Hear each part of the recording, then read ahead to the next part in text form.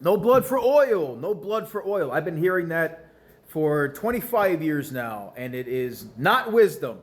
That is a really tired protest slogan, okay? What people never like to acknowledge is that oil does not just heat your home and fuel your car.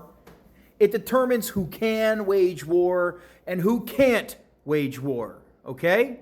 And this is why the Venezuela situation is so important, and why it also gets very uncomfortable for a lot of people. Because people who want everything to be a morality play are going to be really disappointed about the way the world actually works. China is massively dependent on imported oil, okay? A large chunk of that supply has been coming from places that are deliberately positioned outside of US pressure, okay? Such as Venezuela and Iran in particular. That is not accidental, okay? They are planning their future wars. China cannot launch a major cross-strait invasion of Taiwan without secure, predictable energy imports, okay? Fuel logistics for them are not a detail. They are the constraint on their military that is existential, okay? They cannot guarantee sustained operations without oil, all right? So when people are saying, like kind of sneering as if they just like they just stumbled across the secret to this whole thing. They go, oh, this is just about oil. The Venezuela is about oil. My response is, yeah, oil is what decides whether wars happen or whether they don't happen. If U.S. action in Venezuela limits China's access to non-sanctioned oil, that does not make war more likely, okay? It makes it the opposite. It makes war less likely. It raises the costs dramatically for China. It increases the uncertainty that they'll have guaranteed access to oil. It forces the Chinese planners in the military to hesitate on invading Taiwan. Deterrence, it doesn't always come from having missiles in a certain place. It comes from things like accounting spreadsheets, okay? And I want everyone out there to notice something else, okay? If Taiwan gets invaded, that's World War III. So this is actually pretty important to pay attention to. But I want everyone to think about this, okay? The same people who are chanting, no blood for oil, no blood for oil, they never cared when Venezuelan oil was flowing completely free to China, Russia, and Iran. There was never any outrage when that oil strengthened those authoritarian militaries, and those regimes were there. The moral objection only appears when Western leverage enters the picture. Isn't that interesting? Yeah, I'm extremely anti-war. I'm against endless occupation and neocon fantasy projects. But I am also not interested whatsoever in surrendering global leverage of my country so that worse regimes around the world can reshape the world as they see fit, completely unopposed. All right?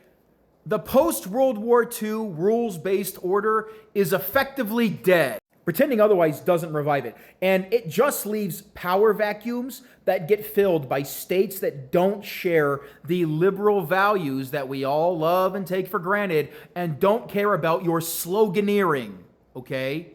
Now, if what we're doing in Venezuela, I'm not doing it, but if Trump, whatever we're doing in Venezuela is restricting energy access, and that makes Taiwan invasion impossible, if not much harder, then that's not warmongering, is it? That's preventing a war before it starts. So if the price of the deterrence is the deterrence, I always said deterrence when I was a kid, but deterrence, whatever. If the price is for deterrence is being honest about oil, power, and self-interest, fine.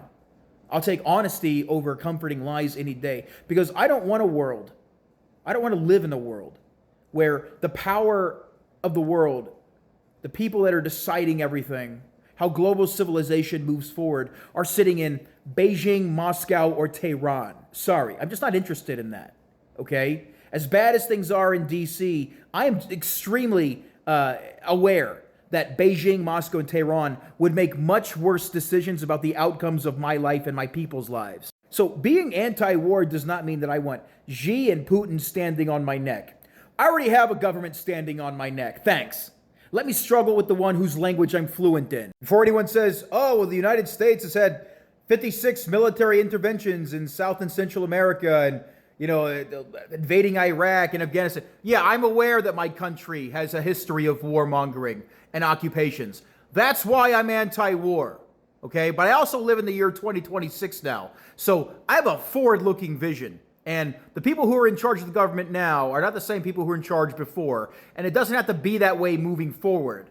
Our country has this cool thing where we can actually shape the future as we see fit. We can make better choices moving forward as a people. Waving free Maduro signs and LARPing as if we're Marxist revolutionaries, that is not going to improve your life.